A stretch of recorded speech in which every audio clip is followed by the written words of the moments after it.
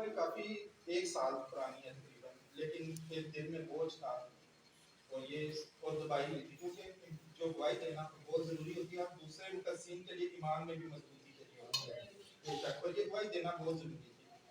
آج سے 1 سال پہلے میری بیٹی ہے میرا، یہ بیمار تھی کافی، تقریباً سنڈے کا دن تھا، ساری فیملی آئی ہوئی تھی. اس کا پیٹ وغیرہ خراب ہوا، درد ہوئی کافی. اس کی ماما اور اس کا ایک ماسو پیچھے کمرے میں تھی. دوسرے کمرے میں انہوں نے کہا کہ دروازہ ایک دم بہت زیادہ کھٹتا ہے وجہ. میں نے کہا یہ کیسے ہو سکتا ہے؟ میں نے کہا شاید ان کا بہن ہے، کچھ ایسا ہی.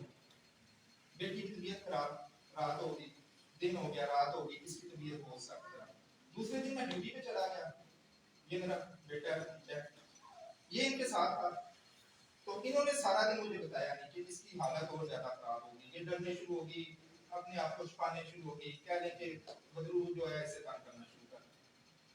ایک دن ایک رات، پھر اگلا دن، پھر نیکسٹ رات ہم نے دعا کی، لیکن نہیں ہوا. پھر وہ رات ساری گزر گئی. صبح اٹھا، آج کا کلام کیا تھا؟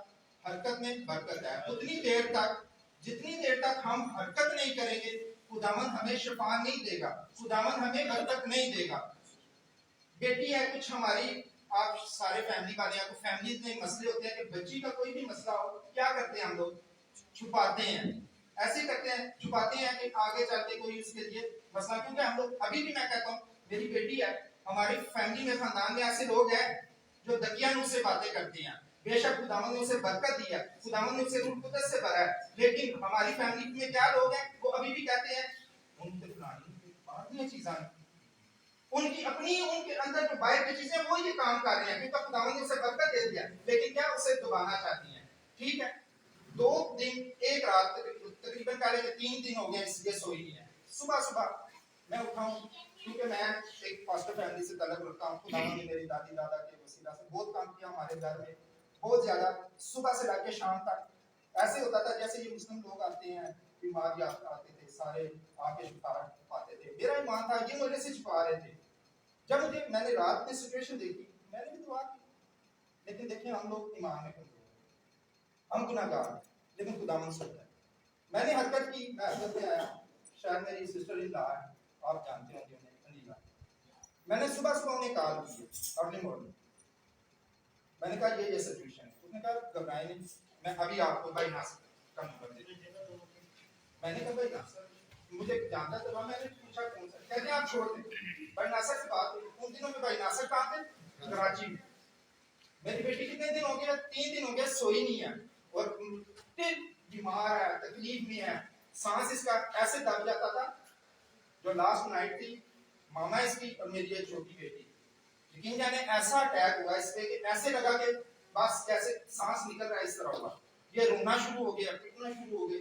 گڈو کو کہا کہ اس نے گاڑی لے کے آیا ہاسپٹل لے کے جائیں. آئی سی یو میں ہماری کوئی عزیز ہے، انہوں نے کہا اسے ادھر لے کے آئے. سارے ٹیسٹ کیے، کچھ بھی. ناصر بھائی نے کال کی مجھے. ناصر بھائی سوئے ہوئے تھے، آئی تھنک. انہوں نے جب کال آئی، انہوں نے 9 بج کے کچھ منٹ ہوئے تھے. میں نے ناصر بھائی کو کہا کہ 3 دن ہو گئے ہیں کہ بیٹی سوئی نہیں ہے.